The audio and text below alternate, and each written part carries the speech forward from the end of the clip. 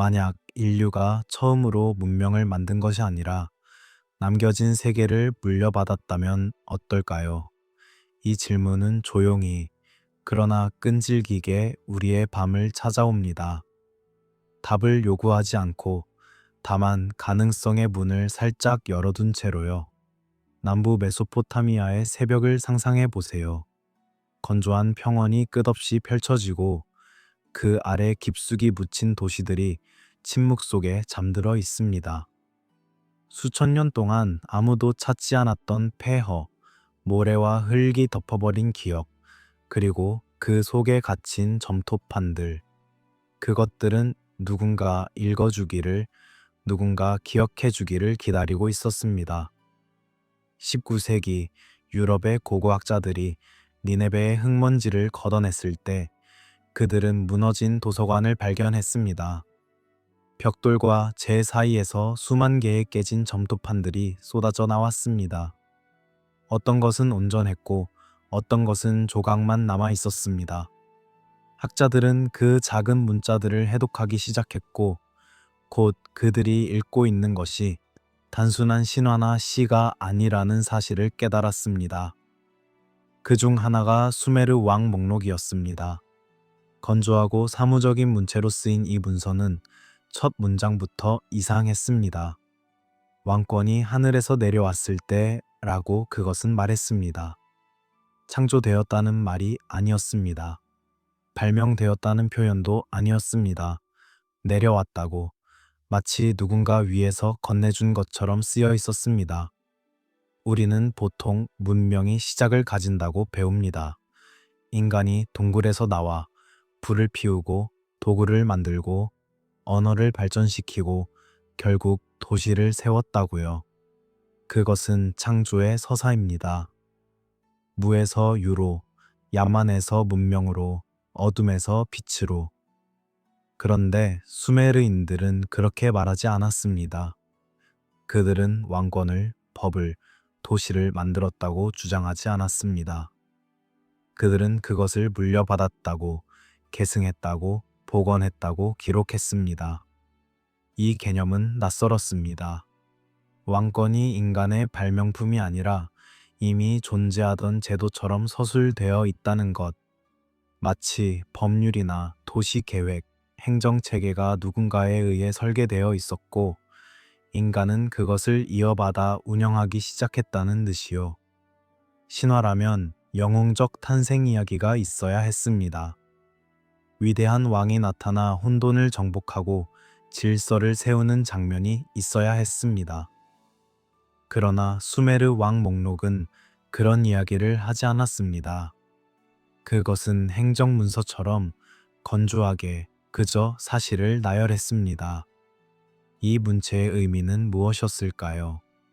서기관은 왜 시적인 언어를 쓰지 않았을까요? 왜 영웅담을 만들지 않았을까요? 어쩌면 그는 신화를 쓰고 있다고 생각하지 않았는지도 모릅니다. 어쩌면 그는 단지 기록하고 있었는지도 모릅니다. 자신이 알고 있는 것을, 전해 들은 것을, 더 오래된 점토판에 적힌 것을 그대로 옮기고 있었는지도 모릅니다. 밤이 깊어가고 세상이 조용해지면 이런 질문들이 더욱 선명해집니다. 우리가 알고 있는 시작은 정말 시작이었을까요? 우리가 문명의 첫 장이라고 부르는 그 순간이 사실은 다시 시작된 순간이었을까요? 무언가가 끝나고 무언가가 사라지고 그 뒤에 살아남은 이들이 폐허 위에서 다시 세운 것은 아니었을까요? 수천 년 전 티그리스와 유프라테스 강 사이의 평원에서 한 서기관이 점토판에 문자를 새기고 있었습니다. 그의 손은 능숙했고 그의 마음은 차분했습니다. 그는 자신이 쓰고 있는 내용이 수천 년 뒤 누군가에게 읽힐 것이라는 사실을 알았을까요? 그는 자신이 남기는 질문이 영원히 메아리칠 것이라는 사실을 상상했을까요? 왕권이 하늘에서 내려왔을 때 이 문장은 끝나지 않습니다. 그것은 시작이기 때문입니다. 그리고 모든 시작은 그 이전에 무언가가 있었음을 암시합니다. 하늘에서 내려왔다는 것은 하늘에 누군가 있었다는 뜻입니다. 건네주었다는 것은 건네줄 이가 있었다는 뜻입니다. 과거가 속삭입니다. 조용히, 그러나 분명하게요. 귀를 기울이면 모래바람 소리 사이로, 점토판이 부딪히는 소리 사이로 무언가가 들려옵니다. 완전한 문장은 아닙니다. 명확한 답도 아닙니다. 다만 하나의 가능성이 우리를 부릅니다. 이 기록은 어디까지 사실이었을까요? 그리고 우리는 그것을 어떻게 알 수 있을까요? 숫자는 거짓말을 하지 않는다고 사람들은 말합니다. 그런데 수메르 왕 목록의 숫자들은 믿기 어려웠습니다. 1800년, 39년, 43,200년. 한 명의 왕이 그렇게 오래 통치했다고 기록되어 있었습니다. 서기관은 실수를 한 것일까요? 아니면 상징적 의미로 쓴 것일까요? 그러나 문제는 이 숫자들이 신화적 수사나 시적 과장처럼 쓰이지 않았다는 점입니다. 그것들은 회계 장부처럼, 목록처럼 사무적으로 나열되어 있었습니다. 알룰림. 그가 첫 번째 왕이었습니다. 에리두에서 28,800년 동안 통치했다고 기록은 말합니다. 그 다음은 알가르, 그 다음은 엠멘루안나. 이름들은 낯설고 고대적인 울림을 가졌습니다. 나중에 등장하는 수메르 이름들과도 다르고 아카드 이름들과도 달랐습니다. 마치 더 오래된 언어의 흔적 같았습니다. 더 먼 과거에서 온 것 같은 소리들이었습니다. 학자들은 이 숫자들을 어떻게 해석해야 할지 고민했습니다. 어떤 이들은 상징이라고 말했습니다. 천문학적 주기를 나타낸다고, 아니면 여러 왕조의 통치 기간을 합친 것이라고 주장했습니다. 어떤 이들은 숫자 체계의 차이 때문이라고 설명했습니다. 60진법을 사용하던 수메르인들이 나중에 10진법으로 변환하는 과정에서 오류가 생겼을 수도 있다고요. 이 모든 설명은 합리적이었습니다. 논리적이었고 학문적으로 타당했습니다. 그런데 한 가지 이상한 점이 있었습니다.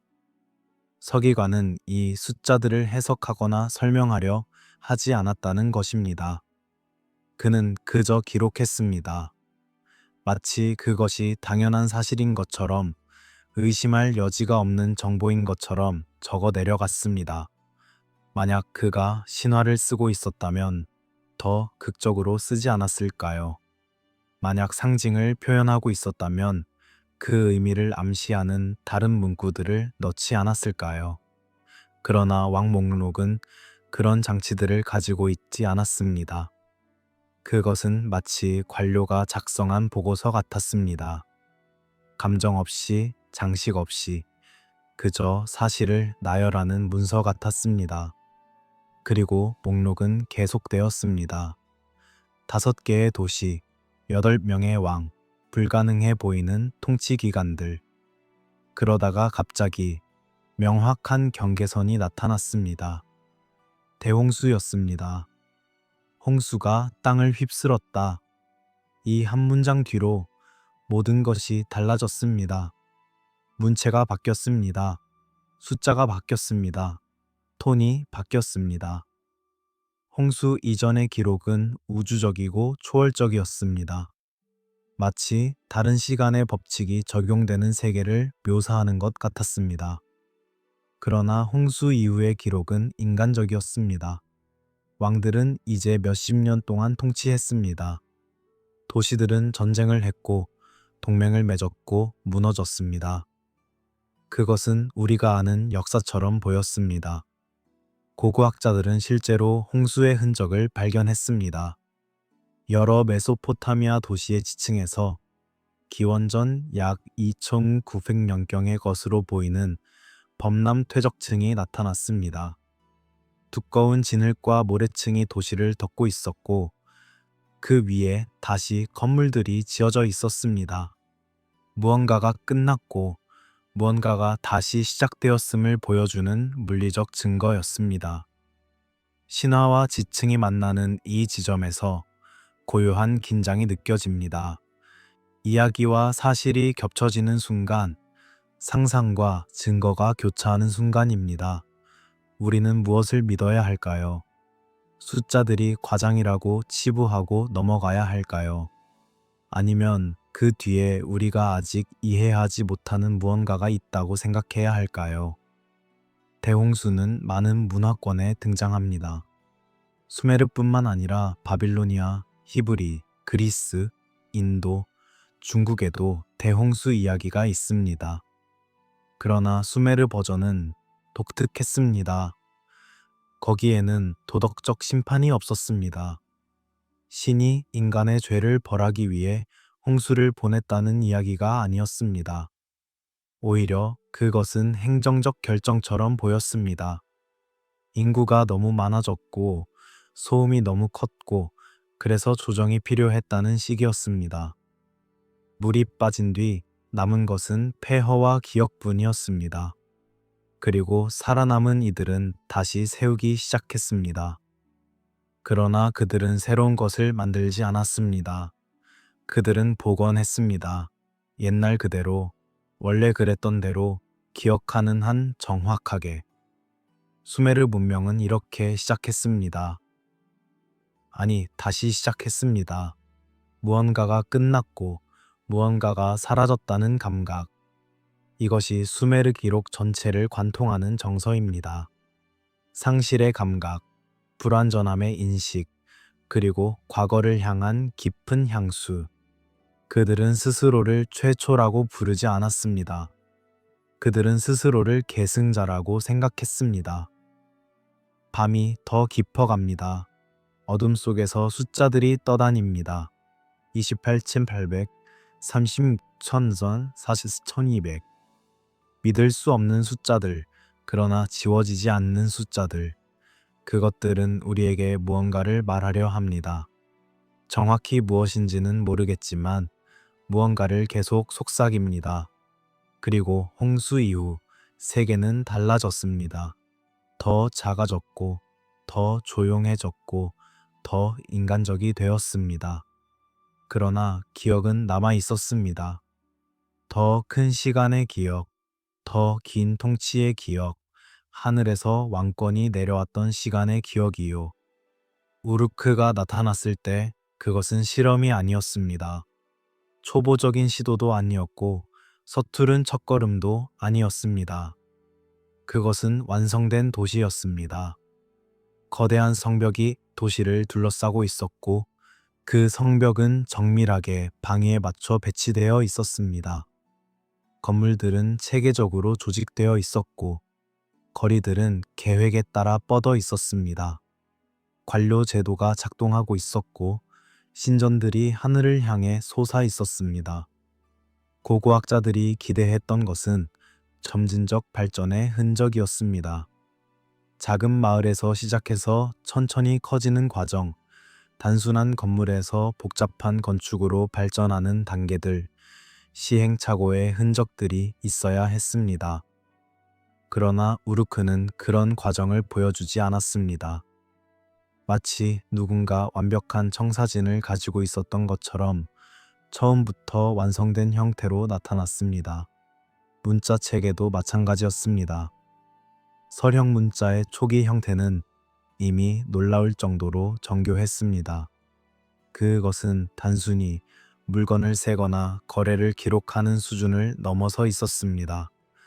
법률을 기록할 수 있었고, 의학 지식을 전달할 수 있었고, 천문 관측을 보존할 수 있었습니다. 마치 문자가 발명된 것이 아니라 이미 알려진 체계를 적용한 것처럼 보였습니다. 토기의 완성도도 이상했습니다. 초기 수메르 토기는 균형 잡힌 형태와 정밀한 굽기 기술을 보여주었습니다. 실험 단계의 불균형이나 실패의 흔적이 거의 없었습니다. 건축도 마찬가지였습니다. 벽돌의 크기는 표준화되어 있었고, 건물의 비율은 수학적으로 계산되어 있었고, 배수 시스템은 놀라울 정도로 효율적이었습니다. 사무엘 노아 크레이머는 수메르를 연구하면서 갑작스러운 문명이라는 표현을 사용했습니다. 그는 이것이 고고학적으로 설명하기 어려운 현상임을 인정했습니다. 문명은 보통 천천히 발전합니다. 수백 년, 수천 년에 걸쳐 조금씩 복잡해지고 정교해집니다. 그러나 수메르는 그런 패턴을 따르지 않았습니다. 마치 어느 날 갑자기 완전한 형태로 출현한 것 같았습니다. 수천 장의 점토판이 이 문명에서 나왔습니다. 그것들은 개인의 일기나 사적인 기록이 아니었습니다. 대부분은 공식 문서였습니다. 행정기록, 법률문서, 의학 처방, 천문 관측, 수학 계산서, 신전 재고 목록, 이 모든 것이 체계적으로 보존되어 있었습니다. 마치 누군가 의도적으로, 계획적으로 지식을 기록하고 보존하려 했던 것처럼요. 흥미로운 점은 수메르인 스스로가 자신들을 최초라고 부르지 않았다는 것입니다. 그들의 문헌 곳곳에 반복되는 표현이 있었습니다. 옛날 그대로 복원하다, 원래대로 재건하다, 처음처럼 만들다. 이런 표현들은 그들이 무언가를 기억하고 있었음을 암시합니다. 그들보다 앞선 무언가, 그들이 모방하려 했던 무언가를 말입니다. 이 문명이 기억하고 있었던 더 이전은 무엇이었을까요? 구전으로 전해진 과거였을까요? 아니면 실제로 눈으로 본 폐허였을까요? 어쩌면 더 오래된 문서들이 있었고 그들은 그것을 베끼고 있었던 것일까요? 확실한 것은 그들이 스스로를 발명가가 아닌 계승자로 여겼다는 점입니다. 도시 자체가 이 태도를 보여주었습니다. 우루크는 시작이 아니라 재건의 결과였습니다. 고고학적 발굴은 우루크 아래에 더 오래된 층들이 있음을 보여주었습니다. 그러나 그 층들 사이에는 단절이 있었습니다. 연속성이 아니라 재시작의 흔적이 보였습니다. 무언가가 끝났고 시간이 흐르고 다시 무언가가 시작되었던 것입니다. 수메르 건축가들은 새로운 것을 창조하려 하지 않았습니다. 그들은 기억을 구현하려 했습니다. 신전을 지을 때 그들은 옛 신전이 있던 자리를 찾았습니다. 그리고 정확히 같은 방향으로 같은 비율로 다시 세웠습니다. 마치 보이지 않는 설계도를 따라가는 것처럼요. 이것은 단순한 전통 존중이 아니었습니다. 그것은 의무처럼 보였습니다. 원형을 유지해야 한다는 강박처럼 보였습니다. 변형하거나 개선하는 것이 아니라 보존하고 복원하는 것이 그들의 목표였습니다. 마치 그들이 가진 지식이 불완전하고 그래서 함부로 바꿀 수 없다고 느끼는 것처럼요. 밤의 고요 속에서 우르크의 성벽이 떠오릅니다. 거대하고 정교한 그 구조물은 누가 설계했을까요? 누가 그 비율을 계산했을까요? 수천 명의 노동자를 조직한 시스템은 어디서 왔을까요? 이 모든 것이 시행착오 없이, 실패 없이 처음부터 작동했다는 것이 가능한 일일까요? 가능하지 않다고 생각하는 것이 합리적입니다. 그러나 증거는 거기 있습니다. 돌과 흙으로 만들어진 증거, 점토판에 새겨진 증거, 지층 속에 묻힌 증거. 수메르는 갑자기 나타났습니다. 완성된 형태로, 성숙한 모습으로, 마치 오래 준비되었던 것처럼요. 그리고 그들은 말합니다. 우리는 시작이 아니라고, 우리는 복원이라고, 우리는 기억하고 있다고, 더 오래된 무언가를, 더 위대했던 무언가를 우리가 따르려 하지만 완전히 이룰 수 없는 무언가를 말입니다. 아누나키라는 이름은 오늘날 많은 추측과 상상의 대상이 되었습니다. 그러나 초기 수메르 문헌에서 그들은 우리가 생각하는 것과는 다른 모습으로 등장했습니다. 그들은 기적을 행하지 않았습니다. 바다를 가르거나 별을 만들거나 세상을 창조하지 않았습니다.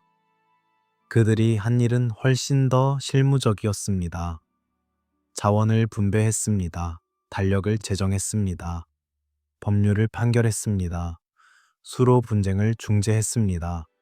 도시간 경계를 정했습니다. 이것들은 신적 행위라기보다 행정적 기능이었습니다. 초월적 권능이라기보다 조직적 권위였습니다. 수메르 문서에서 아누나키를 묘사하는 표현들을 보면 숭배의 언어보다 행정의 언어가 더 많이 나타납니다. 그들은 명령을 내렸고 회의를 열었고 역할을 분담했습니다. 어떤 아누나키는 농업을 담당했고 어떤 이는 금속 재련을, 어떤 이는 천문 관측을 맡았습니다. 마치 조직도처럼 체계적으로 업무가 나뉘어져 있었습니다. 한 점토판에는 수로 분쟁에 대한 기록이 있습니다. 두 도시가 물 사용권을 놓고 다투었고 아누나키가 개입해서 판결을 내렸습니다. 그 기록은 매우 구체적이었습니다. 어느 계절에 누가 얼마나 물을 사용할 수 있는지, 수로를 어떻게 유지 관리해야 하는지, 위반 시 어떤 처벌이 따르는지. 이것은 신화가 아니라 법률 문서였습니다. 아누나키는 하늘에서 내려온 존재로 묘사되었습니다. 그러나 그들이 다룬 문제는 지상의 것이었습니다. 농사, 무역, 건축, 분쟁 해결. 그들은 초월적 세계에 머물지 않고 인간의 세계에 관여했습니다. 그들의 권위는 신비로운 힘에서 나온 것이 아니라 지식과 조직에서 나오는 것처럼 보였습니다. 도시별로 담당 아누나키가 있었습니다. 에리두에는 엔키가, 우르에는 난나가, 우루크에는 이난나가 있었습니다. 이것은 관할 구역의 개념이었습니다. 각자 맡은 지역이 있었고 각자 책임져야 할 영역이 있었습니다.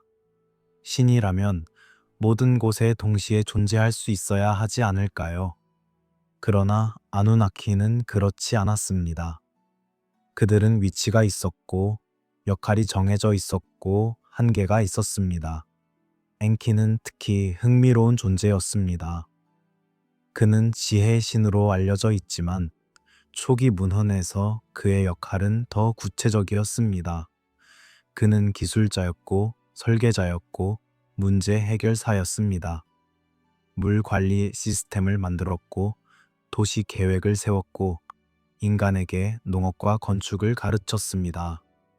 그의 신전은 에리두의 깊은 곳에 있었고 그곳에는 압수라 불리는 지하 담수층이 있었습니다. 물의 원천, 생명의 근원, 지식이 보관된 곳이었습니다. 엔릴은 다른 성격을 가졌습니다.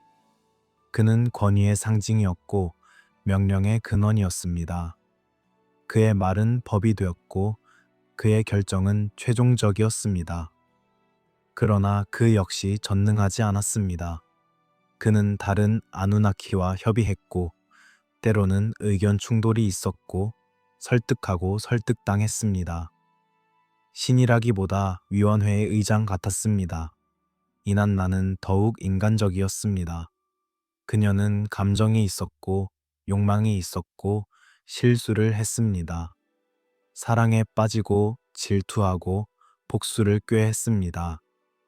그녀의 이야기는 신화적이지만 그 안에서도 그녀는 초월적 존재라기보다 강력한 개인처럼 행동했습니다. 후대로 갈수록 아누나키는 점차 신격화되었습니다. 그들의 행정적 역할은 흐려지고 신비로운 권능이 부각되었습니다. 원래는 구체적이고 실무적이었던 기록들이 나중에는 종교적 찬송으로 바뀌었습니다. 역사가 신화가 되는 과정이었습니다. 그러나 가장 오래된 층의 문헌들, 가장 초기의 점토판들을 보면 아누나키는 다른 모습입니다. 그들은 체계의 관리자였습니다. 문명의 설계자였고 질서의 유지자였습니다. 그들은 인간보다 위에 있었지만 무한히 위에 있지는 않았습니다. 그들은 능력이 있었지만 전능하지는 않았습니다. 그들은 오래 살았지만 영원하지는 않았습니다. 그리고 어느 순간 그들은 사라졌습니다. 점토판의 기록에서 그들의 존재는 점차 희미해졌습니다. 직접적인 개입이 줄어들었고 거리가 생겼고 결국 그들은 떠났습니다. 죽은 것이 아니었습니다. 패배한 것도 아니었습니다. 그저 물러났습니다. 조용히 서서히 마치 임무가 끝난 것처럼요. 왜 그들은 떠났을까요? 무엇이 그들로 하여금 인간 세계에서 손을 떼게 만들었을까요? 수메르 문헌은 명확한 답을 주지 않습니다. 다만 암시만 있을 뿐입니다. 대홍수 이후 무언가가 변했다고, 조건이 달라졌다고, 직접 통치의 시대가 끝났다고, 밤이 깊어지면서 아누나키의 모습이 더 선명해집니다. 그들은 우리가 상상하던 신들이 아니었습니다. 천둥을 부리거나 불멸의 힘을 가진 존재들이 아니었습니다. 그들은 조직을 가진 이들이었고, 계획을 가진 이들이었고, 책임을 가진 이들이었습니다. 그리고 어느 날, 그 책임을 인간에게 넘겨주고 떠났습니다. 원형 기록과 후대 해석 사이의 간극은 넓습니다. 우리는 보통 후대 신화를 먼저 접합니다. 화려하고 극적인, 기적으로 가득한 이야기들을요. 그러나 거슬러 올라가면 원래의 기록은 훨씬 더 건조하고 사무적입니다. 거기에는 마법이 없고 초자연적 현상이 없고 다만 업무와 책임과 조직이 있을 뿐입니다. 아누나키는 결국 무엇이었을까요? 신이었을까요? 아니면 다른 무언가였을까요? 그들이 남긴 것은 경배가 아니라 체계였습니다. 신앙이 아니라 지식이었습니다. 신화가 아니라 행정이었습니다. 그리고 그것은 우리에게 다른 종류의 질문을 던집니다. 조용히 떠난 존재들, 무덤을 남기지 않은 통치자들, 설명 없이 사라진 이들, 그들의 부재가 그들의 존재보다 더 큰 질문을 만들어냅니다. 1922년 레너드 울리는 우르의 왕묘를 발굴하던 중 이상한 것을 발견했습니다. 깊은 지층 아래 두께 3미터가 넘는 순수한 실트층이 나타난 것입니다. 아무것도 섞이지 않은 깨끗한 침전물이었습니다. 그 위와 아래는 인간 거주의 흔적으로 가득했지만 그 층만은 완전히 비어 있었습니다. 마치 모든 것이 물에 씻겨 내려간 것처럼요. 울리는 이것이 대홍수의 증거라고 믿었습니다. 그의 동료들은 회의적이었지만 곧 다른 도시들에서도 비슷한 층이 발견되었습니다. 에리두, 슈루팍, 키시, 여러 메소포타미아 유적지에서 동시대의 범람 흔적이 확인되었습니다. 시기는 대략 기원전 2900년경 초기 왕조 시대 직전이었습니다. 지질학적으로 보면 이것은 특별히 이상한 일이 아니었습니다.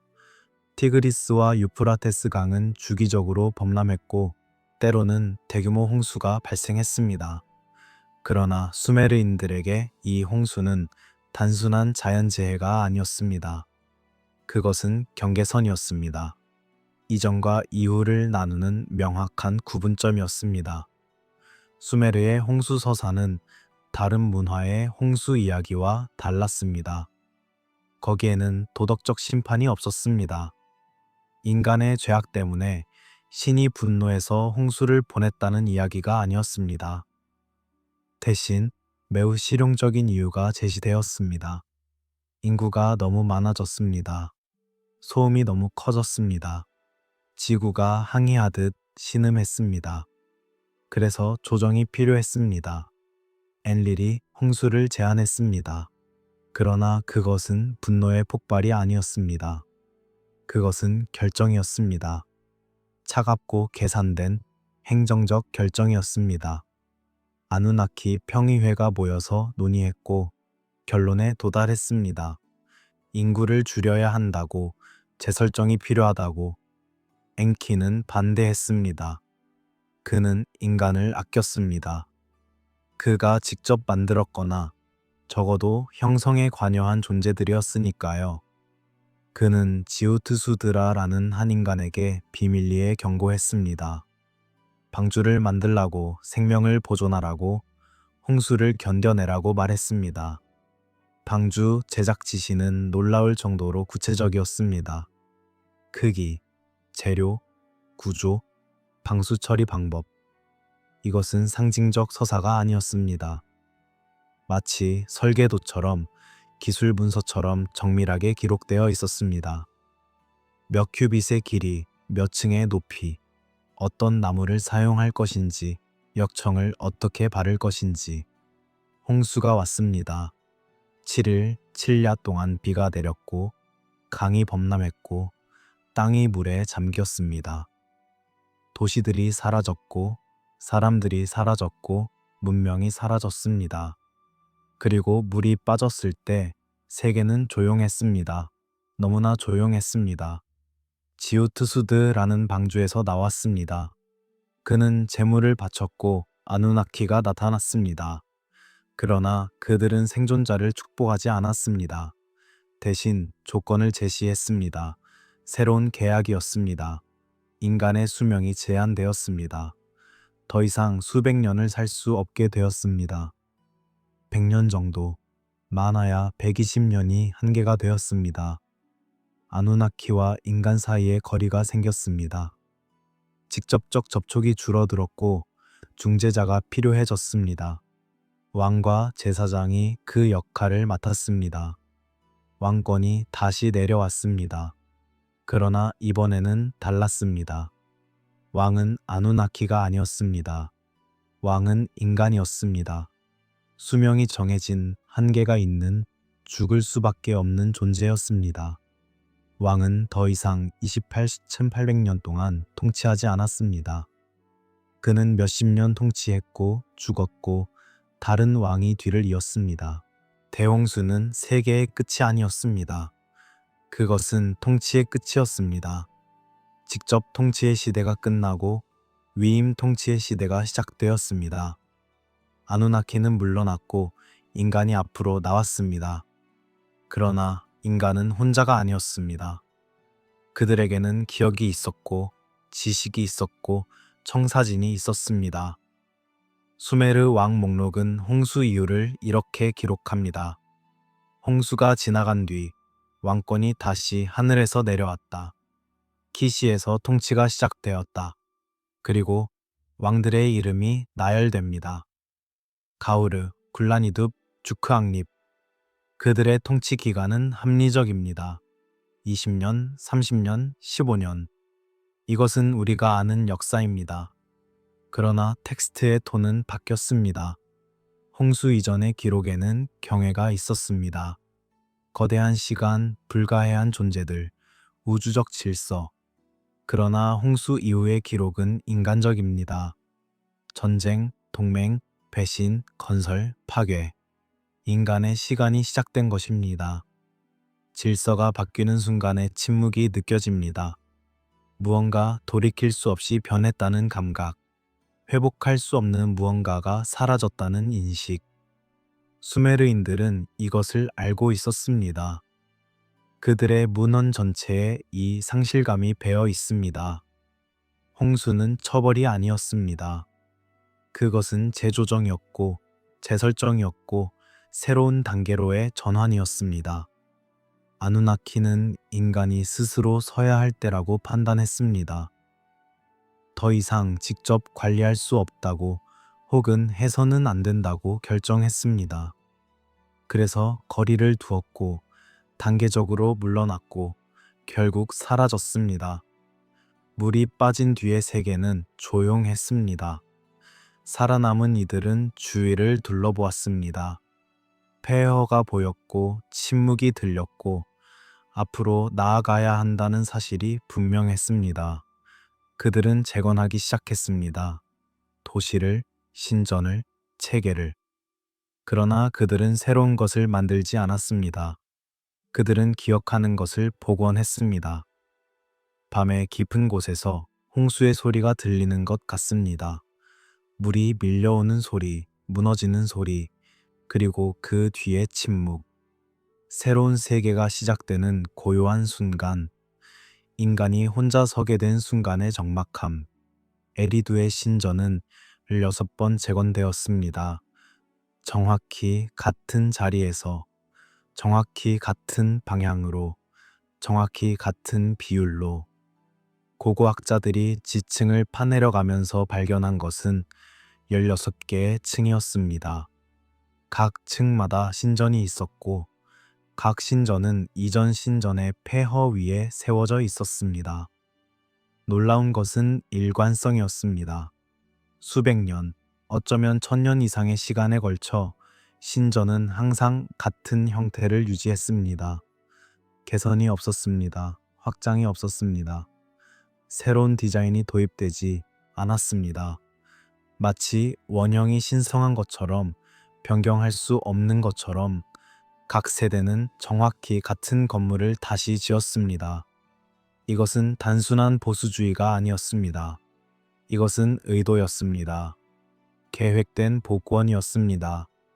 건축가들은 이전 신전의 기초를 조심스럽게 측정했고, 벽의 두께를 정확히 재현했고, 방의 배치를 한 치의 오차도 없이 따랐습니다.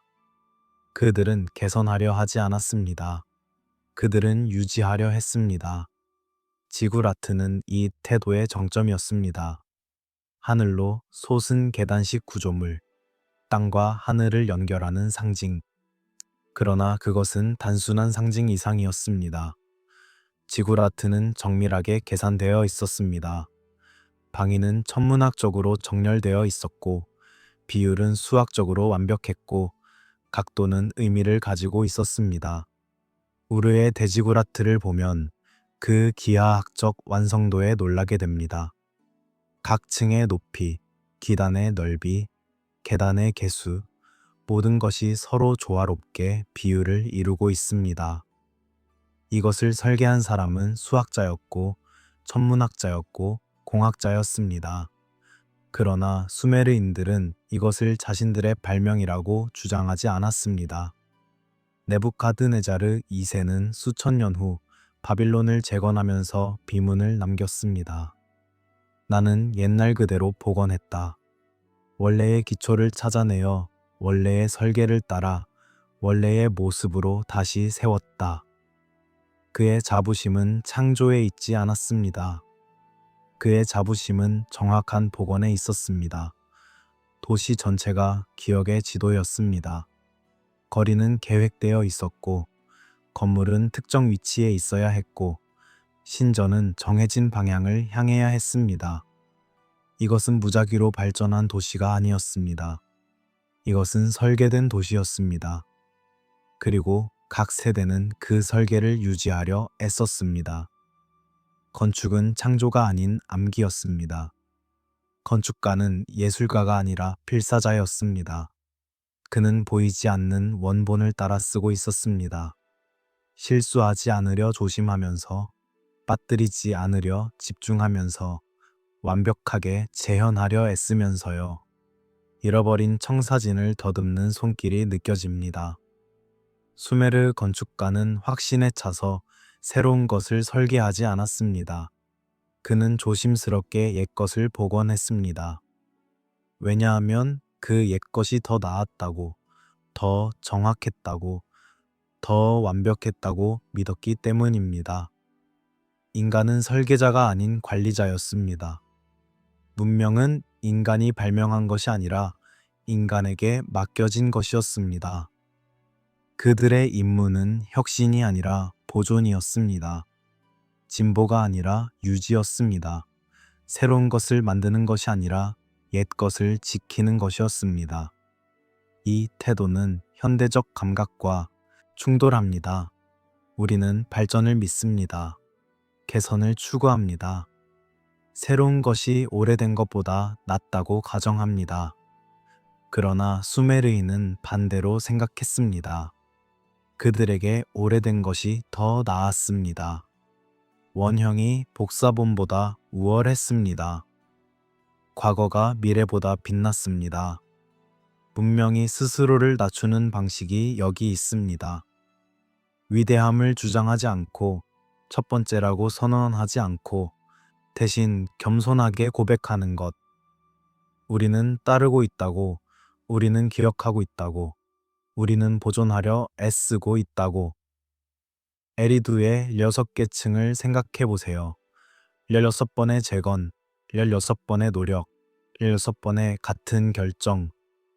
매번 건축가는 새로운 디자인을 제안할 수 있었습니다. 매번 그는 개선할 수 있었습니다. 그러나 매번 그는 선택했습니다. 원형을 따르기로, 변경하지 않기로, 있던 그대로 복원하기로. 밤하늘 아래 지구라트의 실루엣이 보입니다. 거대한 계단이 어둠 속에서 하늘을 향해 솟아 있습니다. 그 위에는 신전이 있었고 그 신전에는 아무도 없었습니다. 안누나키는 떠났고 인간만 남았습니다. 그러나 건물은 여전히 서 있었습니다. 기억의 구조물로, 과거를 향한 경의로, 잃어버린 완전함을 향한 동경으로. 그리고 매일 밤 제사장은 계단을 올라갔습니다. 빈 신전에, 부재하는 신에게, 그러나 여전히 신성한 공간에. 그는 의식을 행했고 공물을 바쳤고 기도를 올렸습니다. 누가 듣는지 모르지만 해야 할 일이었기에, 전통이었기에, 기억이었기에. 한 점토판에 기하학 문제가 적혀 있었습니다. 우리가 피타고라스 정리라고 부르는 것이었습니다. 직각삼각형의 빗변, 제곱은 다른 두 변의 제곱의 합과 같다. 이 점토판은 기원전 1800년경의 것이었습니다. 피타고라스가 태어나기 1000년도 더 전이었습니다. 흥미로운 점은 증명이 없었다는 것입니다. 점토판은 그저 정답을 제시했습니다. 여러 예제가 나열되어 있었고 각 예제마다 정확한 답이 적혀 있었습니다. 마치 이것이 이미 알려진 사실인 것처럼, 설명할 필요가 없는 것처럼요. 다른 점토판에는 더 복잡한 수학이 있었습니다. 2차 방정식, 기하급수, 부피 계산, 심지어 폐의 근사값도 있었습니다. 이 모든 것이 증명 없이, 설명 없이 그저 제시되어 있었습니다. 마치 교과서가 아니라 참고 자료 같았습니다. 배우는 책이 아니라 기억하는 책이었습니다. 천문 관측은 더욱 놀라웠습니다. 수메르인들은 달의 주기를 정확히 알고 있었습니다. 일식과 월식을 예측할 수 있었습니다. 행성의 움직임을 기록했고 별자리를 명명했고 황도대를 정의했습니다. 이 모든 것을 위해서는 수백 년, 어쩌면 수천 년의 지속적 관측이 필요했습니다. 그러나 수메르 문명의 역사는 그리 길지 않았습니다. 기원전 3500년경 시작해서 기원전 2000년경 쇠퇴했습니다. 약 1500년입니다. 이 기간 안에 천문학적 관측을 축적하고 수학 체계를 완성하고 의학 지식을 정리하는 것이 가능했을까요? 가능하다면 그들은 놀라울 정도로 효율적이었습니다. 불가능하다면 그들은 이미 있던 지식을 물려받았을 것입니다. 60진법의 사용도 의문을 남깁니다. 왜 60일까요? 10도 아니고 12도 아니고 왜 하필 60이었을까요? 90은 많은 수로 나누어 떨어집니다. 1, 2, 3, 4, 5, 6, 10, 12, 15, 20, 30, 60. 계산에 매우 편리한 숫자입니다. 그러나 이것을 알아내는데, 이것을 체계로 정착시키는데 얼마나 걸렸을까요? 수메르인들은 60진법을 완성된 형태로 사용했습니다. 시행착오에 흔적이 없었습니다. 다른 체계를 시도했다가 바꾼 증거가 없었습니다. 처음부터 60진법이었고 그것은 변하지 않았습니다. 마치 누군가 이미 계산해 놓은 것을 적용한 것 같았습니다. 의학 문헌도 체계적이었습니다. 증상에 대한 기록, 진단 방법, 처방전, 약초의 용도. 이 모든 것이 분류되어 있고 정리되어 있고 논리적으로 연결되어 있었습니다. 이것은 경험의 축적이었을까요? 아니면 전수받은 지식이었을까요? 함무라비 법전을 보면 법률 개념의 성숙함에 놀라게 됩니다. 재산권, 계약, 책임, 형벌, 배상. 이 모든 원칙이 이미 정립되어 있었습니다. 법이란 무엇인가에 대한 철학적 고민이 보였습니다. 정의란 무엇인가에 대한 깊은 사색이 느껴졌습니다. 이것이 처음 법을 만드는 사회의 모습일까요? 모든 지식의 출처가 신으로 귀속되었습니다. 수학은 엔키가 가르쳤고, 천문학은 난나가 전했고, 의학은 닌기 슈지다가 알려주었고, 법은 샤마쉬가 계시했습니다. 그러나 여기서 신은 발명자가 아니었습니다. 신은 보관자였습니다. 지식의 창조자가 아니라 지식의 전달자였습니다. 서기관들의 두려움이 느껴집니다. 점토판을 쓰는 그들의 손에서, 문자를 새기는 그들의 집중에서 그들은 잃어버릴까봐 두려워했습니다. 지식이 사라질까봐, 기억이 희미해질까봐, 미래 세대가 알 수 없게 될까봐 두려워했습니다. 그래서 그들은 기록했습니다. 끝없이, 반복적으로, 집요하게.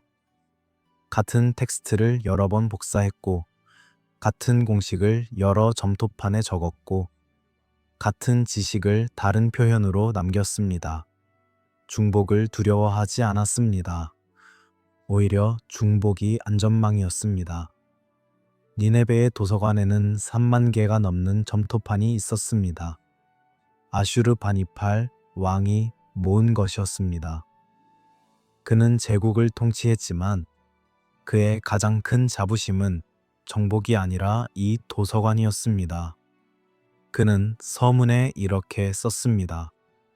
나는 모든 땅에서 점토판을 모았다. 나는 옛 지식을 보존했다. 나는 미래를 위해 과거를 지켰다. 지식은 발전하지 않고 보존되었습니다. 새로운 발견이 있었지만 그것은 추가가 아니라 회복으로 여겨졌습니다. 우리가 새로운 것을 알게 되었다가 아니라 우리가 잊었던 것을 기억해냈다가 표현이었습니다. 지식은 앞으로 나아가는 것이 아니라 과거로 돌아가는 것이었습니다. 기억을 지키는 문명. 이것이 수메르였고 바빌로니아였고 아시리아였습니다. 그들의 위대함은 창조에 있지 않았습니다.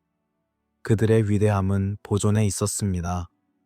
그들은 창고직이었고 도서관 사서였고 기억의 수호자였습니다. 한 점토판에서 서기관의 개인적인 메모가 발견되었습니다. 그는 썼습니다. 이 지식을 읽는 이는 이것을 보존하라. 그리고 다음 세대에 전하라. 왜냐하면 우리는 이것을 만들지 않았기 때문이다. 우리는 이것을 받았다. 그리고 우리는 이것을 전해야 한다. 조용한 고백이었습니다. 겸손한 인정이었습니다. 그들은 지식의 소유자가 아니라 지식의 관리자였다는 자각. 그들이 가진 것은 빌린 것이고 그래서 돌려주어야 한다는 책임감. 밤이 깊어지면서 점토판들이 겹쳐 보입니다. 수천 개, 수만 개의 점토판. 각각의 새겨진 문자들, 숫자들, 그림들. 손으로 하나하나 새긴 것들, 시간을 들여 말린 것들, 소중히 보관한 것들. 그 안에 담긴 것은 지식이었지만 동시에 두려움이었습니다. 잃어버릴까, 사라질까봐, 끊어질까봐 하는 두려움. 그리고 그 두려움은 정당했습니다. 많은 것이 실제로 사라졌습니다. 불타 없어진 도서관, 무너진 도시, 읽을 수 없게 된 언어. 그러나 점토판은 남았습니다. 깨지고 흩어지고 땅속에 묻혔지만 완전히 사라지지는 않았습니다. 그리고 수천 년 후 누군가 그것을 발굴했고 해독했고 읽었습니다. 수메르 서기관이 의도했던 것이 이루어진 것입니다. 그가 두려워했던 일은 일어나지 않았습니다. 지식은 전달되었습니다. 기억은 보존되었습니다. 메시지는 도착했습니다. 수천 년이 걸렸지만 그것은 성공했습니다. 이집트에도 비슷한 기록이 있었습니다. 토리노 왕 목록이라 불리는 파피루스에는 인간 왕들 이전의 통치자들이 나열되어 있었습니다. 신들의 시대, 반신의 시대, 그리고 혼돈의 시기를 거쳐 마침내 인간 왕조가 시작되었다고 기록되어 있었습니다. 숫자도 비슷하게 불가능했습니다. 라는 수만 년 동안 통치했고 토트는 수천 년 동안 지혜를 가르쳤습니다. 그리고 어느 순간 그들은 물러났고 인간이 통치하기 시작했습니다. 구조가 수메르 왕 목록과 놀랍도록 유사했습니다. 비인간 통치, 긴 시간 전환, 인간 시대. 인도의 고대 문헌에는 유가 체계가 있었습니다. 사트야 유가, 트레타 유가, 드바파라 유가, 칼리 유가. 네 개의 시대가 순환하며 각 시대는 이전 시대보다 짧고 덜 완벽했습니다. 첫 번째 시대는 진리와 정의의 시대였고 신들이 인간과 함께 걸었습니다. 그러나 점차 타락했고 거리가 생겼고 마침내 현재의 시대인 칼리 유가에 이르렀습니다. 가장 짧고 가장 어두운 시대. 여기서도 같은 패턴이 보입니다. 완벽한 과거, 신적 존재와의 접촉, 점진적 쇠퇴, 그리고 현재의 불완전함, 과거를 향한 동경, 잃어버린 시대에 대한 기억. 마야의 포폴부에는 5태양의 이야기가 있었습니다. 세계는 5번 창조되었고 4번 파괴되었습니다. 각각의 창조는 이전과 달랐고 각각의 파괴는 다른 방식으로 일어났습니다. 물, 불, 바람, 그리고 마지막으로 지진. 우리는 5번째 태양의 시대에 살고 있습니다. 이것도 언젠가 끝날 것입니다. 아즈텍의 기록도 비슷했습니다. 4개의 이전 세계, 각각 다른 방식으로 끝났습니다. 그리고 현재의 세계, 5번째 시도. 신들은 인간을 만들기 위해 여러 번 시도했고 여러 번 실패했습니다. 각 실패 후에는 재설정이 있었고 다시 시작이 있었습니다. 중국에는 삼황고제의 전설이 있었습니다. 3명의 황제와 5명의 제왕. 그들은 인간보다 위대했고 오래 살았고 초자연적 능력을 가졌습니다. 그들이 인간에게 문명을 가르쳤고 그들의 시대가 끝난 후 인간의 왕조가 시작되었습니다. 여기서도 같은 구조, 비인간 통치자, 지식의 전수, 전환점, 인간의 시대. 이 모든 문화는 지리적으로 멀리 떨어져 있었습니다. 그들 사이에 직접적 접촉이 있었다는 증거는 없습니다. 수메르와 마야 사이에, 이집트와 인도 사이에, 중국과 메소포타미아 사이에 문화적 교류가 있었다고 보기 어렵습니다. 그런데 왜 그들은 같은 이야기를 했을까요? 공통 구조가 너무 구체적입니다. 비인간 존재의 통치, 불가능하게 긴 시간, 지식의 전수, 재앙적 사건, 그리고 인간 시대의 시작. 이 5 요소가 모든 문화에 나타납니다. 순서도 비슷하고 의미도 유사합니다. 우연의 일치로 설명하기에는 너무 일관적입니다. 인간의 보편적 심리로 설명하려 해도 왜 이렇게 구체적으로 일치하는지 설명하기 어렵습니다. 신화는 보통 각 문화의 독특함을 반영합니다. 그런데 이 특정 주제에서만큼은 놀라울 정도로 비슷합니다. 2가지 가능성이 있습니다. 하나는 이것이 상징이라는 것입니다. 인간의 정신이 시간과 권위와 정당성을 개념화하는 보편적 방식. 비인간 통치는 전통의 무게를, 긴 시간은 정통성을, 재앙은 단절을, 인간 시대는 현실을 상징한다는 해석. 다른 가능성은 이것이 기억이라는 것입니다. 실제로 있었던 무언가에 대한 집단적 기억, 왜곡되고 신화화되고 문화적으로 각색되었지만 근본적으로 같은 사건을 가리키는 기억, 각 문화가 독립적으로 기억하고 전승한 인류 공통의 과거. 어느 쪽이 맞을까요? 상징일까요? 기억일까요? 아니면 둘 다일까요? 실제 사건이 있었고 그것이 신화가 되었고 그 신화가 다시 상징으로 기능하게 된 것일까요? 신화와 역사 사이의 회색 지대가 여기 있습니다. 명확히 구분할 수 없는 영역, 하나가 다른 하나로 스며드는 경계. 우리는 보통 신화를 허구로, 역사를 사실로 분류합니다. 그러나 모든 신화가 완전한 허구일까요? 모든 역사가 순수한 사실일까요? 인류 공통의 상실감이 느껴집니다. 모든 문화가 완벽한 과거를 기억합니다. 신들이 가까이 있던 시대, 지혜가 충만하던 시절, 모든 것이 더 나았던 때, 그리고 모든 문화가 현재의 불완전함을 인정합니다. 우리는 덜하다고, 우리는 못 미친다고, 우리는 잃어버렸다고. 이 감정은 어디서 왔을까요? 단순히 과거를 미화하는 인간의 경향일까요? 아니면 정말로 무언가 잃어버린 것일까요? 우리가 기억하지 못하지만 어딘가에 각인되어 있는 상실, 우리가 설명할 수 없지만 느끼고 있는 부재, 우리는 혼자가 아니었다는 감각, 한때 누군가 있었다는 인식, 그들이 떠났고 우리가 남았고 이제 우리는 스스로 해야 한다는 자각. 이것이 신화들이 전하는 메시지입니다. 문화는 다르지만 메시지는 같습니다. 밤하늘을 올려다봅니다.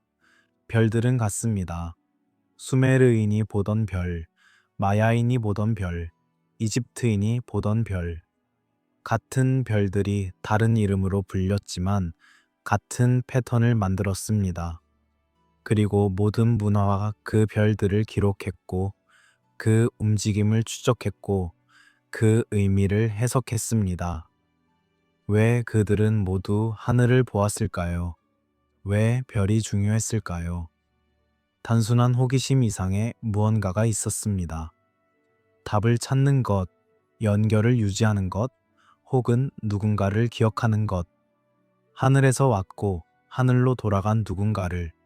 이제 우리는 가능한 해석들을 조용히 살펴봐야 합니다. 서두르지 않고 판단하지 않고 다만 가능성들을 펼쳐놓고 바라보면서요. 첫 번째 해석은 신격화된 조상이라는 것입니다. 아누나키는 실제로 존재했던 지도자들이었고 시간이 지나면서 신화화되었다는 설명입니다. 위대한 왕들, 현명한 스승들, 강력한 통치자들.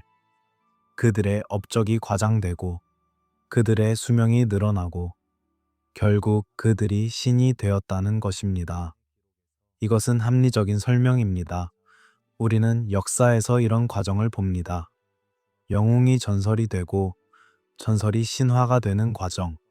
로물루스와 레무스, 아서왕, 길가메시. 모두 실존 인물이었을 가능성이 있지만 신화 속에서는 초자연적 존재가 되었습니다.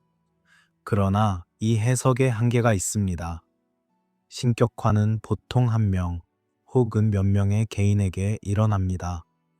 그런데 아누나키는 집단이었습니다. 조직이었고 체계였고 여러 세대에 걸친 구조였습니다.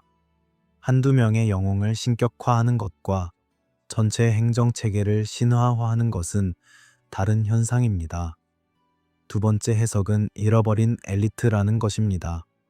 선진 문명이 있었고 그들이 덜 발전된 집단을 통치했고 어떤 이유로 사라졌다는 설명입니다.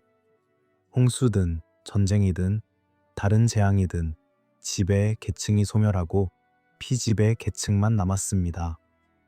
살아남은 이들은 지배자들을 기억했고 이해하지 못한 그들의 지식을 보존하려 했고 그 과정에서 그들을 신으로 만들었습니다. 이 해석은 많은 것을 설명합니다. 갑작스러운 문명의 출현, 설명되지 않는 지식의 깊이, 복원과 보존에 대한 집착, 만약 수메르인이 실제로 더 고도화된 전임자들의 유산을 물려받았다면 그들의 태도가 이해됩니다. 그들은 자신들이 못 미친다고 느꼈을 것입니다. 그들은 보존하는 것만으로도 충분하다고 생각했을 것입니다. 그러나 이 해석도 문제가 있습니다. 그 선진 문명의 물리적 증거는 어디 있을까요?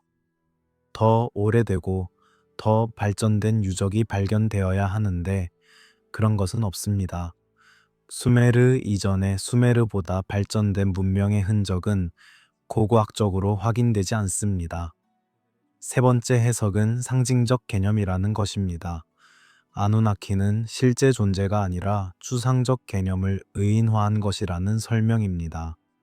법, 질서, 지혜, 권위 이런 무형의 개념들을 구체적 존재로 표현한 것이 아누나키라는 해석입니다.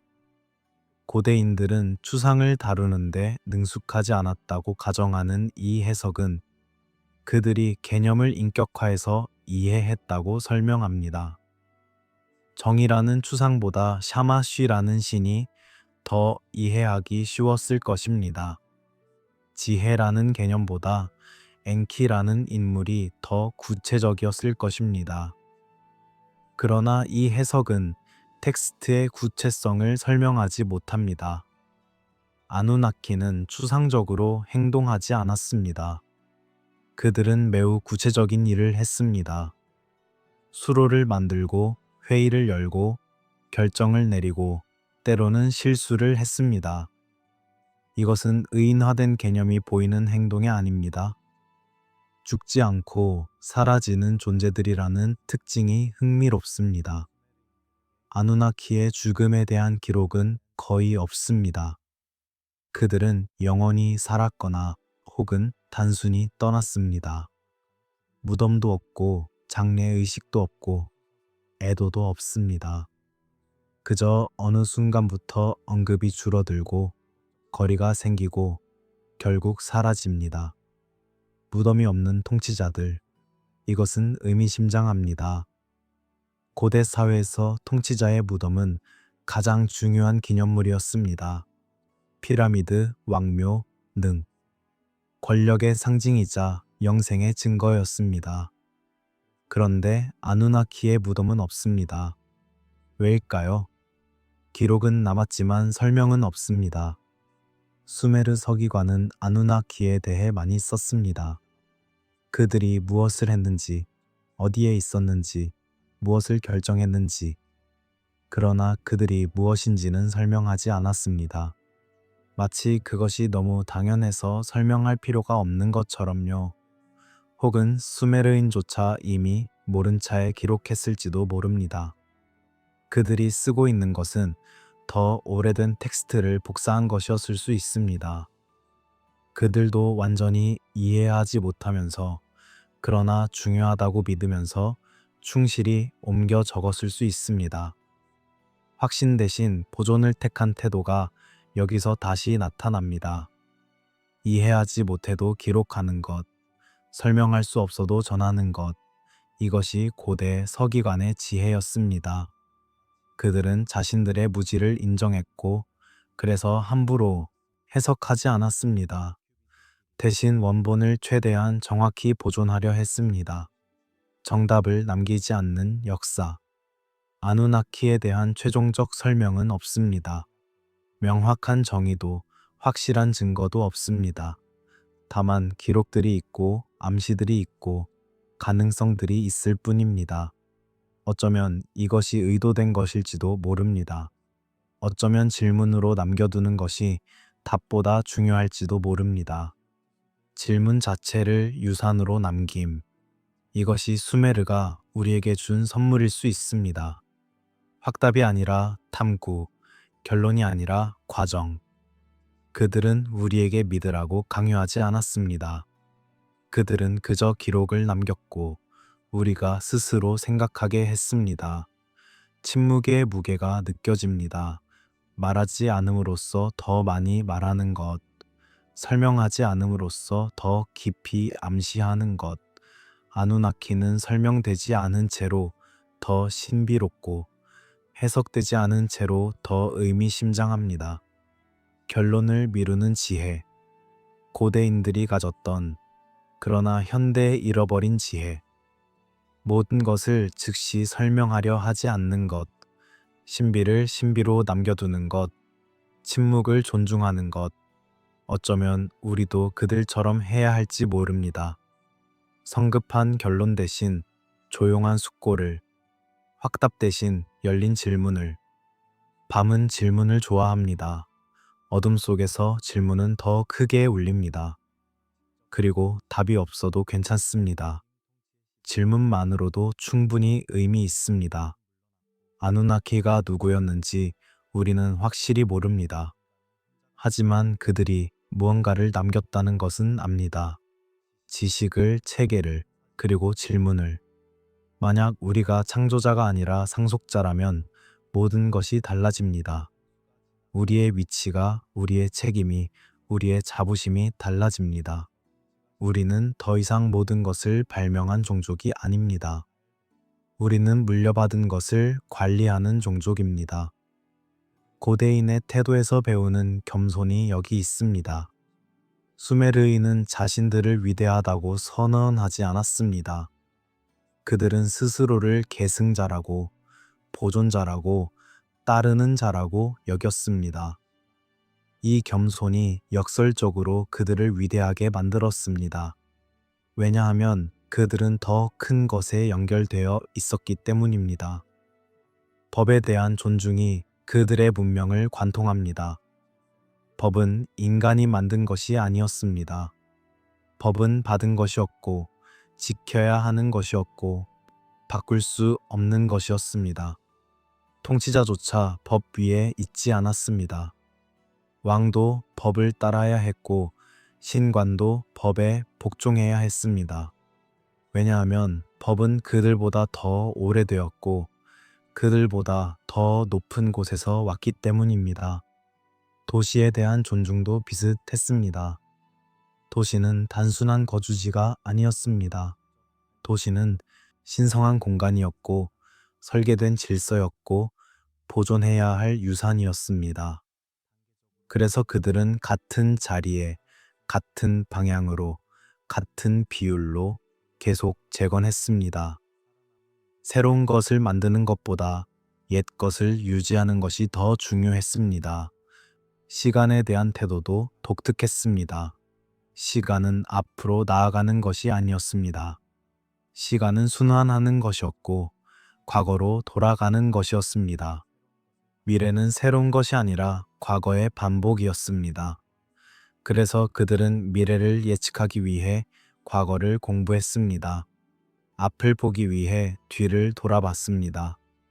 현대의 문명과의 대비가 선명합니다. 우리는 발전을 믿습니다. 새로운 것이 오래된 것보다 낫다고 가정합니다. 전통은 극복해야 할 것이고, 과거는 배워야 할 교훈이지만 따라야 할 모범은 아니라고 생각합니다. 우리는 창조자입니다. 발명가이고, 혁신가이고, 개척자입니다. 그러나 이 태도가 우리를 어디로 이끌었을까요? 우리는 더 많이 알고, 더 빨리 움직이고, 더 높이 쌓아 올렸습니다. 그러나 우리는 더 지혜로워졌을까요? 더 행복해졌을까요? 더 안정되었을까요? 아니면 우리는 무언가 중요한 것을 잃어버린 것은 아닐까요? 발전이 아닌 유지의 미덕을 생각해 봅니다. 새로운 것을 만드는 대신 좋은 것을 지키는 것, 변화를 추구하는 대신 균형을 유지하는 것, 더 많이 가지는 대신 가진 것을 소중히 여기는 것.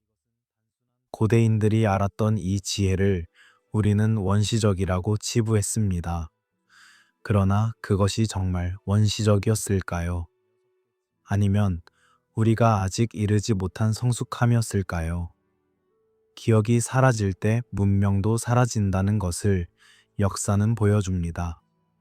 수메르가 사라진 것은 군사적 패배 때문이 아니었습니다. 그들의 언어가 잊혀졌고, 그들의 글이 읽히지 않게 되었고, 그들의 지식이 전승되지 않았기 때문입니다. 물리적 파괴보다 기억의 상실이 더 치명적이었습니다. 우리가 잃어버린 것은 기술이 아니라 태도일지 모릅니다. 고대인들이 가졌던 경외심, 과거에 대한 존중, 지식에 대한 겸손. 그들은 자신들이 모든 것을 안다고 생각하지 않았습니다. 그들은 배워야 할 것이 많다고, 보존해야 할 것이 더 많다고 믿었습니다. 과거를 우러러보던 시선이 있었습니다. 우리는 이것을 퇴행적이라고 말할 수 있습니다. 미래가 아닌 과거를 본다는 것은 진보의 반대라고 주장할 수 있습니다. 그러나 다르게 볼 수도 있습니다. 과거를 보는 것은 뿌리를 아는 것이고, 뿌리를 아는 것은 방향을 잃지 않는 것입니다.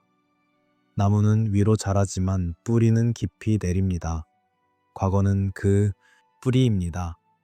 과거를 잇는 문명은 뿌리 없는 나무입니다. 아무리 높이 자라도 언젠가 쓰러질 수밖에 없습니다. 고대인들은 이것을 알았습니다. 그래서 그들은 기억에 집착했습니다. 점토판에, 돌에, 벽에 기록하면서 잊지 않으려 애썼습니다. 아누나키가 남긴 가장 큰 유산은 지식이 아니라 자세였을지 모릅니다. 모든 것을 알 수 없다는 겸손, 받은 것을 지켜야 한다는 책임감, 미래 세대를 위해 보존해야 한다는 의무감. 이것이 그들이 인간에게 전한 진짜 가르침이었을 수 있습니다. 밤의 고요 속에서 남는 질문들이 있습니다. 우리는 무엇을 물려받았고 무엇을 잃었는가? 우리가 발명했다고 자랑하는 것들 중에 실제로는 재발견한 것은 없는가? 우리가 새롭다고 여기는 것들 중에 사실은 잊혀졌던 옛 것은 없는가? 수메르의 수학, 이집트의 건축, 마야의 천문학. 이 모든 것이 우리를 놀라게 합니다. 왜냐하면 그것들이 우리의 상상보다 더 정교하기 때문입니다. 우리는 고대인을 과소평가했습니다. 그들이 원시적이라고, 미개하다고, 단순하다고 생각했습니다. 그러나 증거는 다르게 말합니다.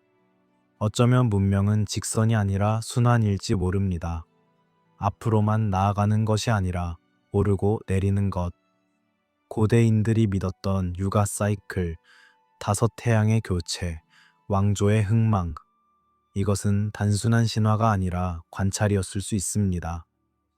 그들이 본 것은 문명이 반복된다는 것, 지식이 잊혀지고 다시 발견된다는 것, 인류가 오르고 떨어진다는 것이었을지 모릅니다. 우리는 어디에 서 있을까요? 상승 중일까요? 하강 중일까요? 우리가 가진 지식은 새로운 것일까요? 재발견된 것일까요? 우리는 정말로 과거의 어떤 시점보다 더 발전했을까요? 아니면 우리는 다른 방식으로 발전했을 뿐이고 어떤 면에서는 되레 퇴보했을까요? 이 질문들의 쉬운 답은 없습니다. 그러나 질문하는 것 자체가 중요합니다. 우리가 모든 것을 안다고 확신하는 순간 우리는 배우기를 멈춥니다. 우리가 최고라고 선언하는 순간 우리는 성장하기를 멈춥니다. 겸손은 단지 미덕이 아닙니다. 겸손은 생존 전략입니다. 수메르 서기관은 자신의 무지를 인정했습니다. 그래서 그는 함부로 해석하지 않고 원본을 보존했습니다.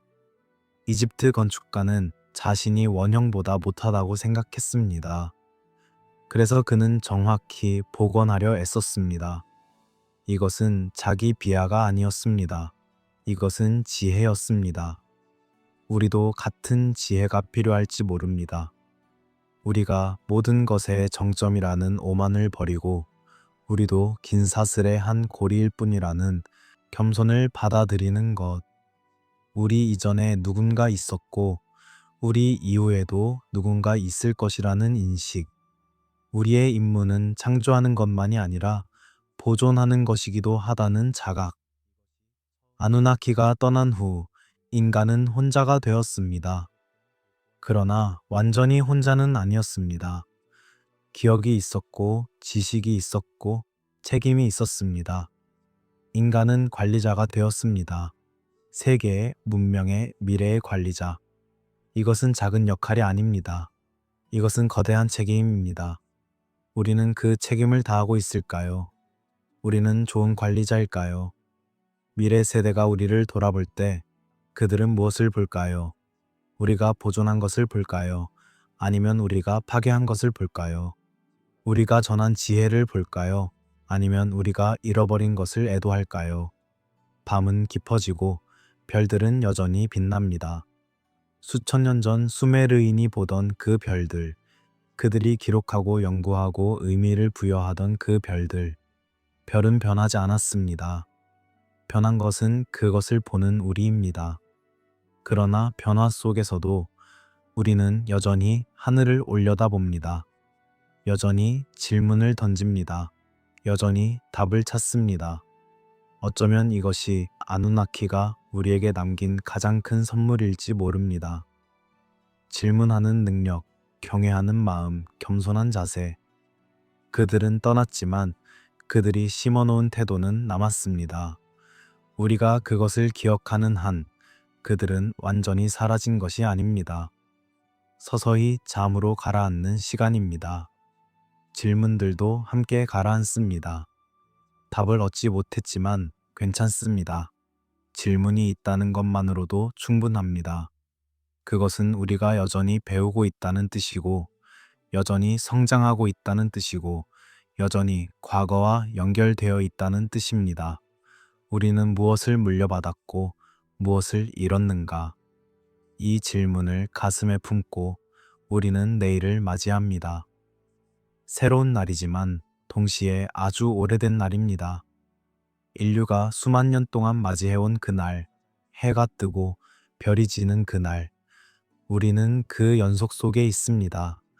과거와 미래 사이, 기억과 가능성 사이, 알려진 것과 신비로운 것 사이에 편히 쉬세요. 고대의 목소리들이 여러분을 지켜줄 것입니다. 수메르 서기관의 조심스러운 손길, 이집트 건축가의 정확한 측정, 마야 천문학자의 인내심 있는 관찰.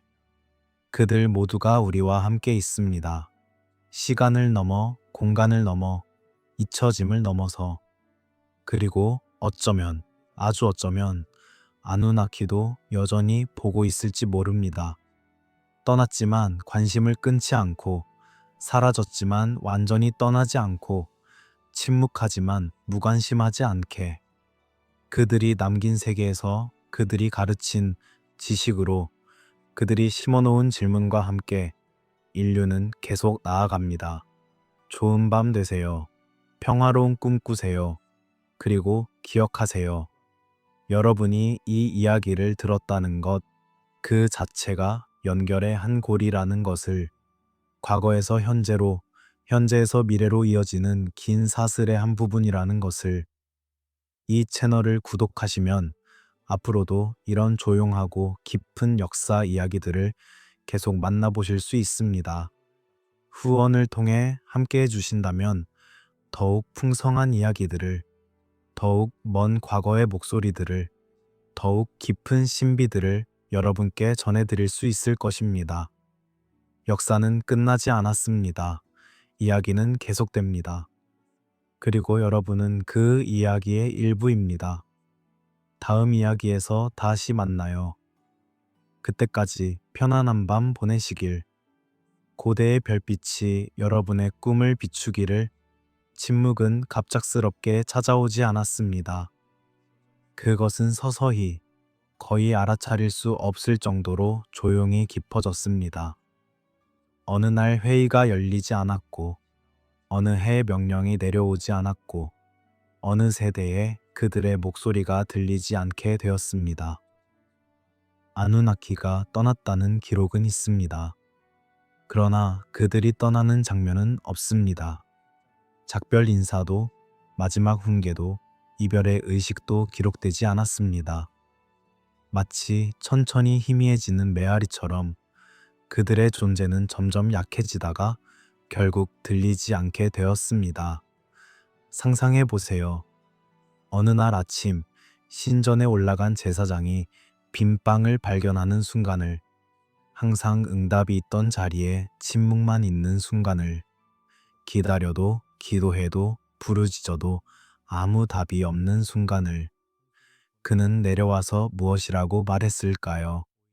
사람들에게 어떻게 설명했을까요?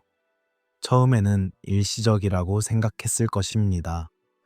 그들이 바쁜 것이라고, 다른 도시에 있는 것이라고, 곧 돌아올 것이라고 믿었을 것입니다. 그러나 날이 지나고 달이 지나고 해가 지나면서 부재가 영속적이라는 사실이 명확해졌습니다. 직접 통치가 끝난 세계의 첫 세대 인간들, 그들이 느낀 것은 자유였을까요? 아니면 버림받음이었을까요? 어쩌면 둘 다였을 것입니다.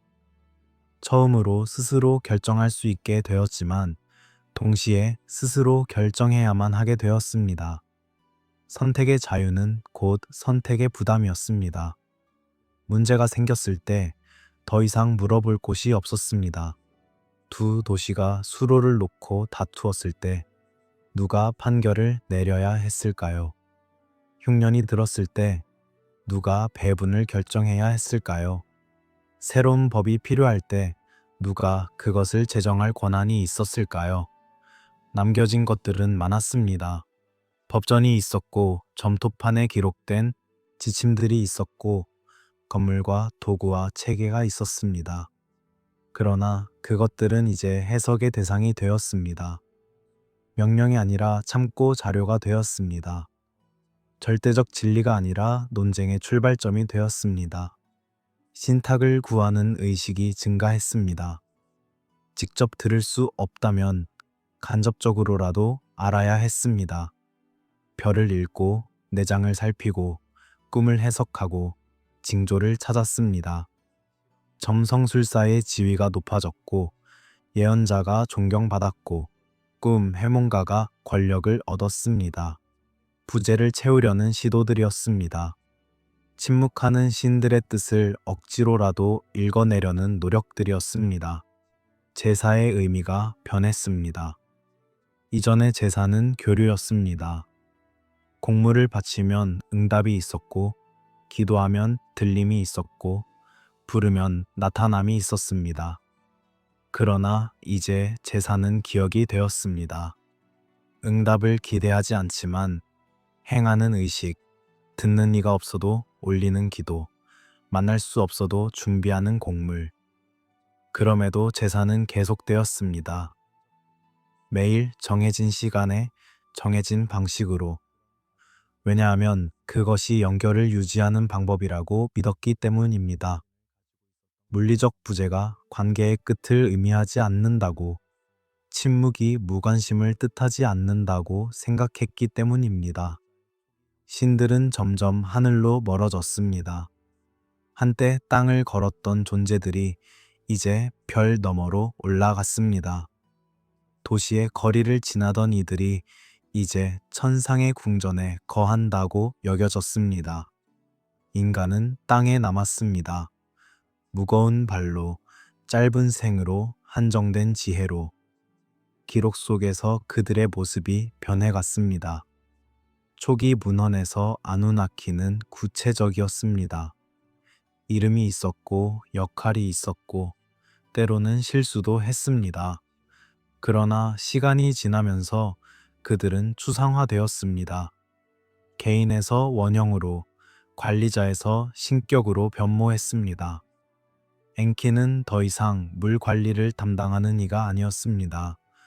그는 깊이의 주인, 지혜의 원천, 비밀의 수호자가 되었습니다. 엔릴은 평의회의 의장이 아니라 하늘의 군주, 운명의 결정자, 우주의 통치자가 되었습니다.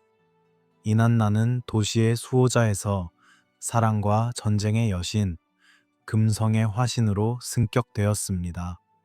거리감이 신성을 만들어냈습니다. 가까이 있을 때는 존경의 대상이었지만 멀어지자 숭배의 대상이 되었습니다. 접촉할 수 있을 때는 강력한 통치자였지만 닿을 수 없게 되자 전능한 신이 되었습니다. 역설이었습니다. 부제가 존재보다 더 큰 권위를 낳았습니다. 후대 서기관들은 옛 기록을 읽으면서 혼란스러웠을 것입니다. 신들이 회의를 한다는 것, 의견이 다르다는 것, 설득하고 타협한다는 것, 이것이 그들이 알고 있는 신의 이미지와 맞지 않았습니다. 그래서 그들은 해석했습니다. 상징으로, 우화로, 신학적 비유로. 원래의 의미는 흐려졌습니다. 행정회의는 우주적 평의회가 되었고, 업무 분장은 신적 영역의 분할이 되었고, 실무적 결정은 운명의 선포가 되었습니다. 진실이 신화가 되는 과정이었습니다. 아니, 어쩌면 역사가 신학이 되는 과정이었습니다. 떠남은 곧 신화의 시작이었습니다.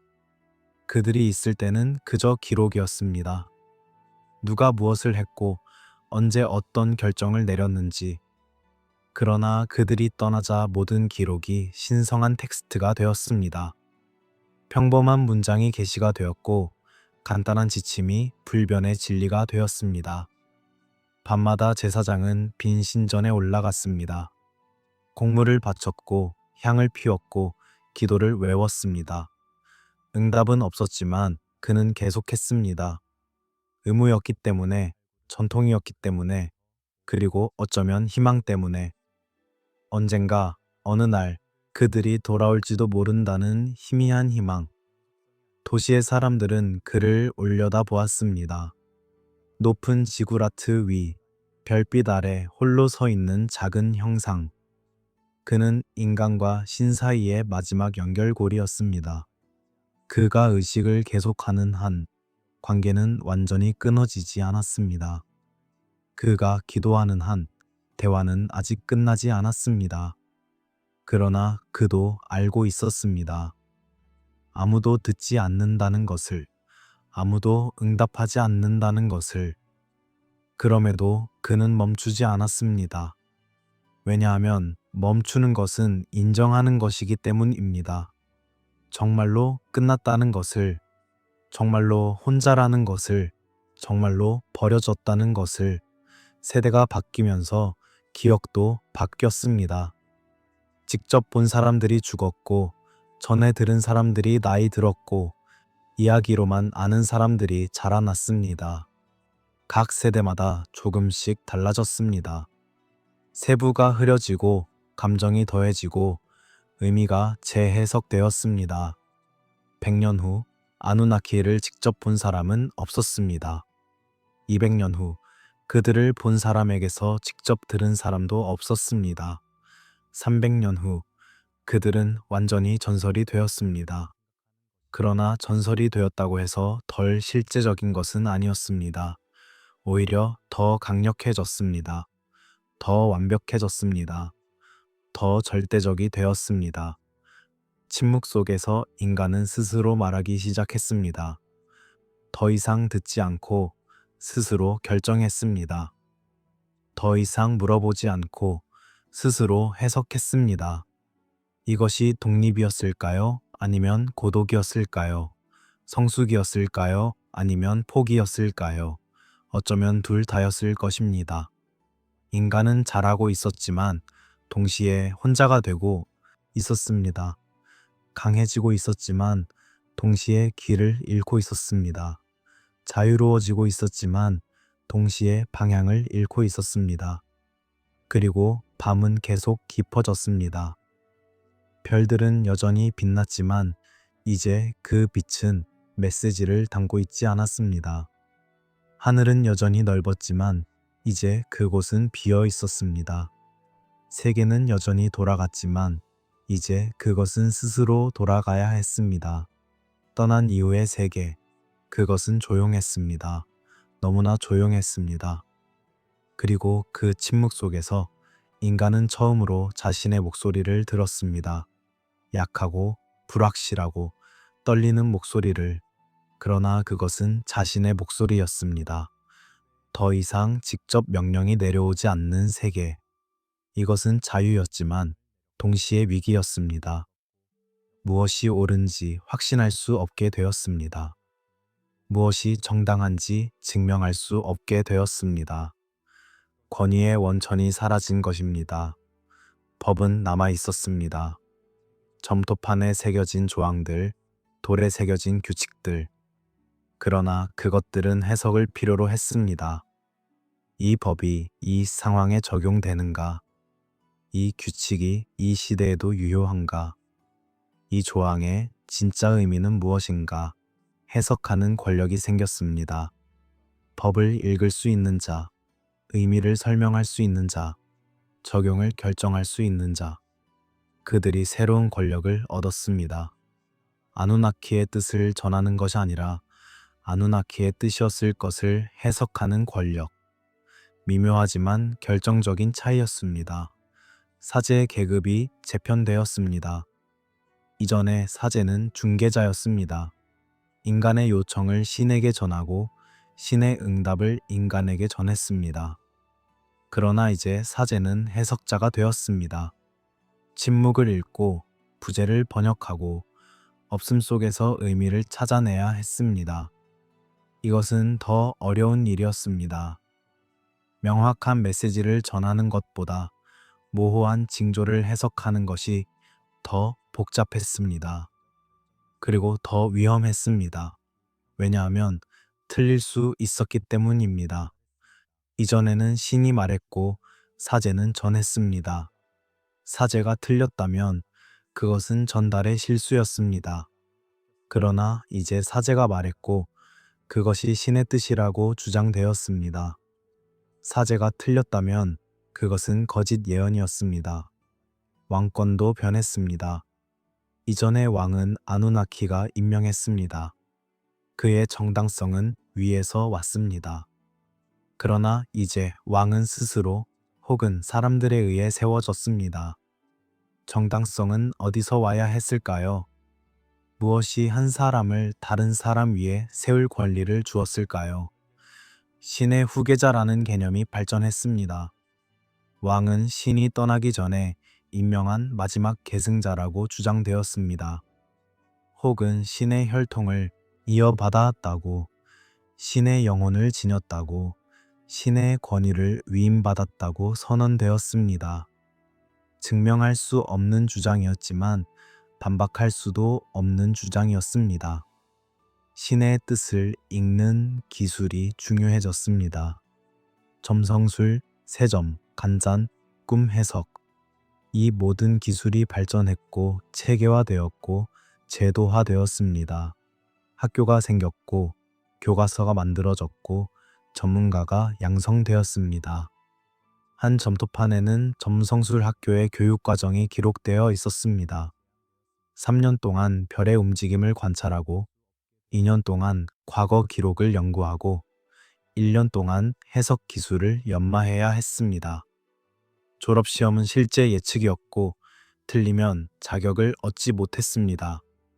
어떻게 채점했을까요? 예언은 나중에 맞는지 확인되는 것인데 시험 당시에는 알 수 없었습니다. 아마도 형식이 중요했을 것입니다. 올바른 별을 관찰했는지, 올바른 공식을 적용했는지, 올바른 언어로 표현했는지. 내용의 진실성보다 절차의 정확성이 판단 기준이었을 것입니다. 이것은 의미심장합니다. 진리보다 형식이, 실제보다 전통이 더 중요해진 것입니다. 문자와 기록이 새로운 권위가 되었습니다. 점토판에 쓰여 있다는 말이 신이 말했다를 대신했습니다. 기록된 것은 진실이고 문서화된 것은 정당하고 점토판에 새겨진 것은 법이었습니다. 그래서 점토판을 읽고 쓸 수 있는 능력이 권력이 되었습니다. 서기관 학교가 엘리트 교육기관이 되었고 문해력이 사회적 지위를 결정했고 도서관의 관리자가 지식의 문지기가 되었습니다. 지식의 독점이 시작되었습니다. 아누나키가 있을 때 지식은 필요에 따라 공유되었습니다. 그러나 그들이 떠나자 지식은 희소해졌습니다. 더 이상 원천에서 얻을 수 없으니 남아있는 것을 나눠야 했습니다. 그리고 나누지 않기로 선택한 이들이 생겼습니다. 비밀의식이 증가했습니다. 신비로운 지식, 숨겨진 가르침, 선택된 자만 아는 진리, 이런 것들이 만들어졌거나 적어도 그렇게 주장되었습니다. 공개되면 권력을 잃으니 비밀로 유지해야 했습니다. 알고 있다는 것 자체가 가치였으니 모르는 이가 있어야 했습니다. 인간이 처음으로 틀릴 수 있는 선택을 하게 되었습니다. 이전에는 명령을 따르거나 어기는 것뿐이었습니다. 옳고 그름이 명확했습니다. 그러나 이제 무엇이 옳은지부터 불확실했습니다. 선택은 추측이 되었고 결정은 도박이 되었습니다. 전쟁이 변했습니다. 이전에도 전쟁이 있었지만 그것은 제한적이었습니다. 아누나키가 중재했고 규칙이 있었고 한계가 설정되어 있었습니다. 그러나 이제 중재자가 없었습니다. 전쟁은 더 잔인해졌고 더 오래 지속되었고 더 파괴적이 되었습니다. 불평등이 심화되었습니다. 이전에도 계층이 있었지만 아누나키는 극단적 불균형을 막았습니다. 그들은 모든 것을 관리했으니 한쪽이 너무 강해지거나 다른 쪽이 너무 약해지는 것을 조정했습니다. 그러나 이제 조정자가 없었습니다. 강한 자는 더 강해졌고 약한 자는 더 약해졌습니다. 권력의 남용이 나타났습니다. 왕이 법 위에 서려 했고 사제가 지식을 무기로 사용했고 부자가 가난한 자를 억압했습니다. 이것은 새로운 현상이었습니다. 아누나키의 눈이 모든 것을 보고 있을 때는 감히 할 수 없었던 일들이었습니다. 문헌에서 불평이 나타나기 시작했습니다. 그때는 그랬는데 로 시작하는 문장들이 늘어났습니다. 과거를 이상화하는 태도, 현재를 비판하는 목소리, 변화를 한탄하는 감정. 이것은 이전 텍스트에서는 찾아볼 수 없었던 것입니다. 한 점토판에는 이런 구절이 있었습니다. 그때는 그들이 있었다. 정의가 행해졌고 약자가 보호받았고 강자가 제한되었다. 그러나 지금은 힘이 정의이고 부가 진리이고 교활함이 지혜이다. 신화 속 황금 시대에 대한 향수가 여러 문화에 나타났습니다.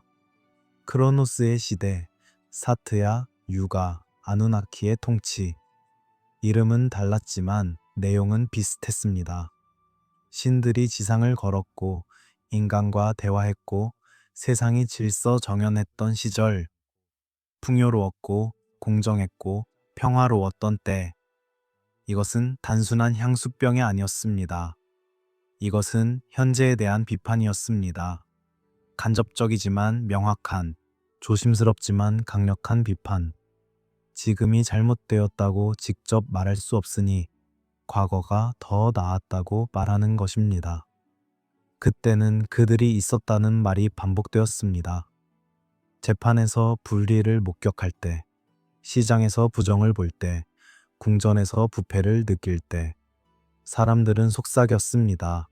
그때는 그들이 있었다고, 이런 일은 일어나지 않았다고, 모든 것이 지켜지고 있었다고. 통치자들은 이 향수를 견제해야 했습니다. 그래서 그들도 과거를 이용했습니다. 자신들이야말로 그 황금 시대의 전통을 이어받았다고, 자신들의 통치가 아누나키의 뜻에 부합한다고 주장했습니다. 과거는 비판의 도구이자 정당화의 수단이 되었습니다. 침묵 속에서 인간 문명이 흔들리기 시작했습니다. 확신이 사라졌습니다. 무엇이 옳은지, 무엇이 정당한지, 무엇이 진실인지 더 이상 확인할 방법이 없었습니다. 모든 것이 해석의 문제가 되었고 모든 해석은 논쟁의 대상이 되었습니다. 그럼에도 문명은 계속되었습니다. 흔들리면서도 서 있었고 의심하면서도 나아갔고 확신을 잃으면서도 행동했습니다. 왜냐하면 멈출 수 없었기 때문입니다. 멈추는 것은 곧 무너지는 것이었습니다. 밤의 깊은 곳에서 질문이 메아리칩니다. 신이 침묵할 때 인간은 무엇으로 채우는가? 확신으로 혹은 의심으로, 권위로 혹은 혼돈으로, 해석으로 혹은 강제로. 인간은 선택했습니다. 그리고 그 선택이 문명의 방향을 결정했습니다.